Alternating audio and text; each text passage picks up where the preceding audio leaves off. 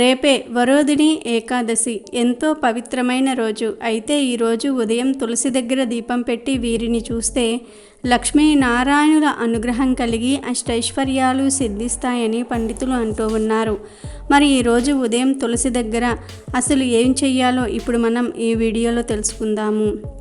చైత్ర బహుళ ఏకాదశికి వరోధిని ఏకాదశి అని పేరు. మన తెలుగు మాసాలలో వచ్చే ప్రతి ఏకాదశి మాదిరిగానే ఈ ఏకాదశికి కూడా ఒక గొప్ప ప్రాముఖ్యత ఉన్నది.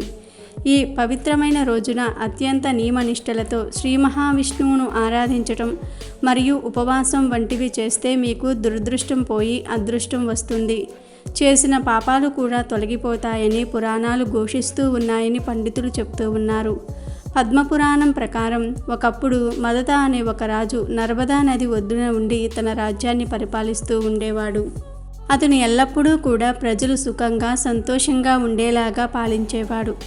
ఒకరోజు ఆ రాజు అడవిలో తపస్సు చేసుకుంటున్నప్పుడు ఆ రాజుపై అకస్మాత్తుగా ఓ ఎలుగుబంటి దాడి చేసింది. దీంతో ఆ రాజు భయపడ్డాడు. అయితే ఆ రాజు ఆ ఎలుగుబంటిని చంపలేదు. ఆ సమయంలో అతను విష్ణుమూర్తిని ప్రార్థించటం ప్రారంభించాడు.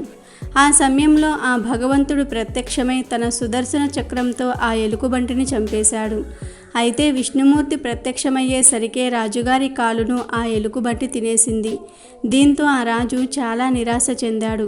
తన 2 చేతులను జోడించి, ఓ ప్రభు, ఇలా నాకు ఎందుకు జరిగింది అని విష్ణుమూర్తిని ప్రార్థిస్తూ అడిగాడు. అప్పుడు విష్ణుమూర్తి పూర్వజన్మల కల్మ ఫలాలే దీనికి కారణమని చెప్పాడు. దాంతో రాజు విష్ణుమూర్తిని తన సమస్యలకు పరిష్కారం చెప్పమని కోరుకుంటాడు.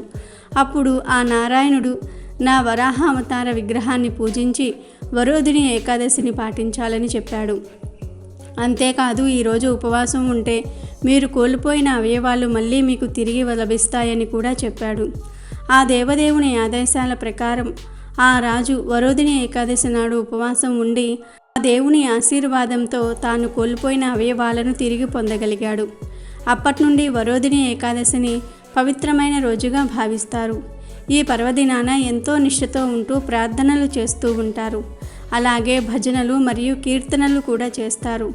ఈ పవిత్రమైన రోజుకు ఎంతో ప్రాముఖ్యత ఉంది కాబట్టి బ్రాహ్మణులకు మరియు పేదలకు ఈరోజు విరాళాలు ఇవ్వాలి. ఆ తర్వాతే మీ ఉపవాసాన్ని ముగించుకోవాలి. వరోధిని ఏకాదశి నాడు శ్రీ మహావిష్ణువు చిత్రపటానికి లేదా విగ్రహానికి తులసిమాల అర్పించాలి.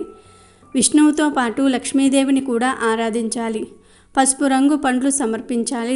దక్షిణ ముఖంగా ఉన్న శంఖంలో గంగాజలం నింపి విష్ణువుకు అభిషేకం చేయాలి. ఈరోజు ఉపవాసం ఉంటే చాలా మంచిది. అయితే శారీరక శక్తి ఉన్నవారు మాత్రమే ఉపవాసం ఉండాలి. ఏకాదశి జాగరణ తప్పక చేయాలనే నియమం ఏమీ లేదు. జాగరణ చెయ్యని వారికి ఏ దోషం వర్తించదు. భగవంతునికి భక్తి ప్రధానం. ఇబ్బంది పడుతూ ఎదుటివారిని ఇబ్బంది పెడుతూ ఏం చేయవలసిన ఫలితం ఉండదు. మనం ఏం చేసినా సరే మనస్ఫూర్తిగా చేస్తే సరిపోతుంది. ఏం చేసినా ఫలితం అంటే ఎదుటివారిని ఇబ్బంది పెడుతూ మనం ఇబ్బంది పడుతూ ఏం చేసినా ఫలితం మాత్రం ఉండదు. ఉపవాసం అనేది ఫలాపేక్ష రహితంగా ఉండాలి. కోరికలను మనసులో పెట్టుకుని వ్రతాలు దీక్షలు ఉపవాసాలు చేస్తే ఫలితం అంతగా లభించదు. సాధారణంగా వ్రతం అంటే ఖర్చుతో కూడుకున్నది అనే భావన ఉంటుంది. కానీ ఏకాదశి వ్రతానికి ఎటువంటి ఖర్చు ఉండదు. పైగా ఖర్చును తగ్గిస్తుంది, ఆరోగ్యాన్ని ప్రసాదిస్తుంది. ఉపవాసం అంటే ఏకాదశికి ముందు రోజు అంటే దశమి రోజు రాత్రిపూట భోజనం చేయకూడదు. ఆరోగ్యపరంగా ఇబ్బందులు ఉన్నవారు, ఉద్యోగాలు, శ్రామికులు, పిల్లలు, పెద్దలు తేలికపాటి అల్పాహారాన్ని, పండ్లు, పాలు తీసుకోవాలి. మరుసటి రోజు అంటే ఏకాదశి రోజు ప్రాతకాలం అంటే సూర్యోదయానికి పూర్వమే నిద్రలేచి కాలకృత్యాలు తీర్చుకుని స్నానం, దైవారాధన, దీపారాధన చేసుకుని తమ తమ కార్యక్రమాలు యథావిధిగా చేసుకోవాలి. మధ్యాహ్నం సాయంత్రం కూడా ఎటువంటి ఆహారాన్ని తీసుకోవద్దు. ఉదయం పూట అవకాశం ఉన్నవారు దేవాలయ సందర్శనం, పూజలు, స్తోత్ర పారాయణాలు చేయాలి. వీలైతే తప్పక గోపూజ చేయండి. చాలా మంచి ఫలితం ఉంటుంది. ఏకాదశి రోజు విష్ణునామ స్మరణ చేసుకోండి. రాత్రివేళ విష్ణుమూర్తికి సంబంధించిన భాగవతాన్ని చదువుకోవటం, విష్ణు సహస్రనామ పారాయణ చేయాలి. మరునాడు ద్వాదశి పారణ చేయాలి. అంటే ప్రాతకాలంలోనే లేచి యథావిధిగా నిత్య కాలకృత్యాలు తీర్చుకొని దేవారాధన చేసుకొని వెంటనే శుచితో చేసిన మహా నైవేద్యాన్ని దేవుడికి నైవేద్యంగా సమర్పించి వెంటనే అతిథి ఉంటే వారికి భోజనం పెట్టి మీరు భోజనం చేయాలి. అతిథి లేకుంటే కొంత అన్నాన్ని ఇంటి బయట ఒక ముద్ద పెట్టి వచ్చి భోజనాన్ని చేయాలి. దానగుణం దయాగుణం అలవర్చుకోవాలి. సహనం లేనివారు, నిష్ట లేనివారు ఉపవాసం ఏమాత్రం పనికిరాదు, చెయ్యకూడదు కూడా. ఆధ్యాత్మిక పూర్ణతత్వాన్ని ఇముడ్చుకొని శాంత స్వరూపంతో శాంత భావంతో ఉండాలి. ఎవ్వరితోనూ గొడవలు పడరాదు. దురుసుగా ప్రవర్తించకుండా ఉండగలగాలి. ఎవరిని కోపించుకోకూడదు. అన్ని వేళలందు కూడా దైవత్వాన్ని కలిగి నిర్మలమైన మనస్సుతో దృష్టిని భగవంతునిపై కేంద్రీకరించే శక్తి ఉన్నవారు మాత్రమే ఏకాదశి ఉపవాసం చేయాలి. ఈ ఏకాదశి అంటే విష్ణుమూర్తికి చాలా ఇష్టం. భవిష్యోత్తర పురాణంలో శ్రీకృష్ణుడు ధర్మరాజుకు వరోధిని ఏకాదశి వ్రతం మహిమను గురించి చెప్తూ ఉన్నాడు. ధర్మరాజా, వరోధిని ఏకాదశి వ్రతం పాటించటం వలన స్త్రీలు మాంగళ్య బలాన్ని పొందుతారు. పురుషులు సత్ప్రవర్తనను, సంఘంలో గౌరవాన్ని, ధన సంపాదనను పొందుతారు. అంతేకాదు వరోధిని ఏకాదశి వ్రతం ఆచరించటం 10,000 సంవత్సరాలు తపస్సు చేయటంతో సమానమైనది. సూర్యగ్రహణ సమయంలో సువర్ణదానం చేసినంత పుణ్యం ఈ ఏకాదశి వ్రతాన్ని ఆచరించటంతో లభిస్తుంది. మాదత వరోధిని ఏకాదశిని పాటించటం వలనే కష్టాల నుండి బయటపడ్డాడు అని స్వయంగా శ్రీకృష్ణ భగవానుడే వరోధిని ఏకాదశి మహిమను కొనియాడాడు. ఈ ఏకాదశి రోజున ఉపవసించి దైవదర్శనం చేసుకుని జాగరణ పాటించేవారు ఇహలోకంలో సకల శుభాలను పొందగలుగుతారు. వారికి పరలోకంలోనూ సద్గతులు ప్రాప్తిస్తాయి. శ్రీ మహావిష్ణువుకు ప్రీతికరమైన ఈ ఏకాదశి రోజున ఉదయాన్నే అభ్యంగన స్నానాన్ని ఆచరించి విష్ణు సహస్రనామ పారాయణ చేసుకోవాలి. ఉపవాస దీక్షను పాటించాలి. ఏకాదశి రోజున చేసే హరినామ స్మరణ సకల పాప హరణం. ఈరోజు ఇతర విషయాలలో మనసును చలించనీయకుండా ఏకాగ్ర చిత్తంతో స్వామిని అర్చించుకోవాలి. ఉపవాసం ఉండేవారు పాలు పండ్లు భుజించవచ్చు. ఆరోగ్యం సరిగ్గా లేనివారు, చిన్నపిల్లలు, వృద్ధులు ఉపవాసం చేయకపోయినా అపచారం కాదు. నేడు వైష్ణవాలయాలలో ఉత్తర ద్వార దర్శనం చేసుకుని స్వామిని మనసారా ధ్యానించుకోవాలి. అయితే తీవ్రమైన సమస్యలతో బాధపడుతున్న వారు ఈ ఏకాదశి రోజు తులసి కోట దగ్గర ఒక చిన్న పని చేస్తే సమస్యలన్నీ కూడా తొలగిపోతాయని పండితులు అంటూ ఉన్నారు. మరి ఏం చెయ్యాలి అంటే ఈరోజు ఉదయం నక్షత్రాలు ఉన్న సమయంలో అంటే 4:30 నుండి 5:30 మధ్యలో నిద్రలేచి శుచిగా స్నానం చేయండి. ఆ తర్వాత తులసి కోట వద్ద రావి ఆకు మీద కానీ లేదా తమలపాకు మీద కానీ ఆవు నెయ్యితో దీపం పెట్టండి.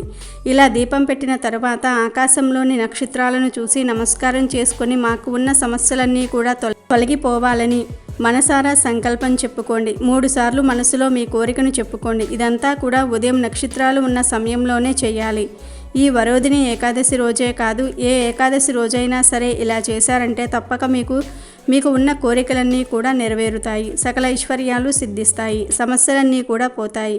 కాబట్టి మీరు కూడా రేపు ఏకాదశి రోజు తులసి కోట దగ్గర ఈ చిన్న చిన్న పరిహారాలను చేసి లక్ష్మీ నారాయణుల అనుగ్రహాన్ని పొంది కోరికలు నెరవేర్చుకొని సంతోషంగా జీవించండి. ఇంతటి పవిత్రమైన రోజు ఉపవాసం ఉంటే జన్మల పాపాలు పోయి కోటి జన్మల పుణ్యం వస్తుంది. ఉపవాసం ఉండలేని వారు ఈరోజు అన్ని పదార్థాలు తినవచ్చు, లేదా పాలు పండ్లు తీసుకుని అయినా సరే ఉపవాసం ఉండవచ్చు.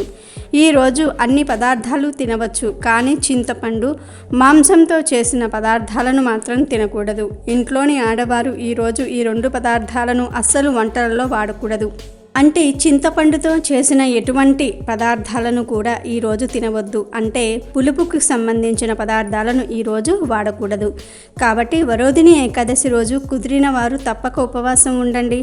అసలు ఏమీ తినకుండా ఉండలేం అనుకునేవారు పాలు పండ్లు తీసుకుని ఉపవాసం చేసే ప్రయత్నం చేయండి.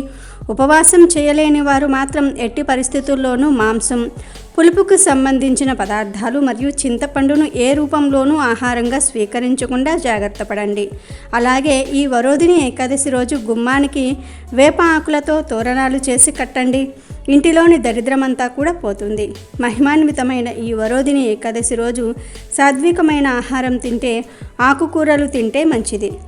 మాంసాహారం మాత్రం భుజించవద్దు. ఈరోజు ఇంట్లో ప్రత్యేకంగా పూజ చేస్తే సకల ఐశ్వర్యాలు కలుగుతాయి. ఈ వరోధిని ఏకాదశి రోజు ఇంట్లో లక్ష్మీనారాయణుల చిత్రపటానికి పసుపు కుంకుమలతో బొట్లు పెట్టి వెండి ప్రమిదలో ఆవు నెయ్యి పోసి 3 వత్తులు వేసి దీపాన్ని వెలిగించాలి.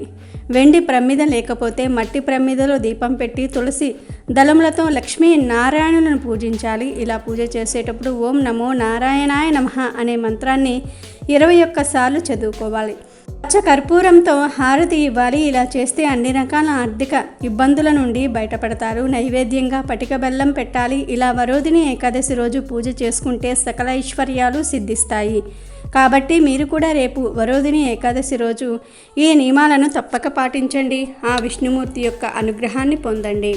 Thank you for watching our video. Please do subscribe and like the video.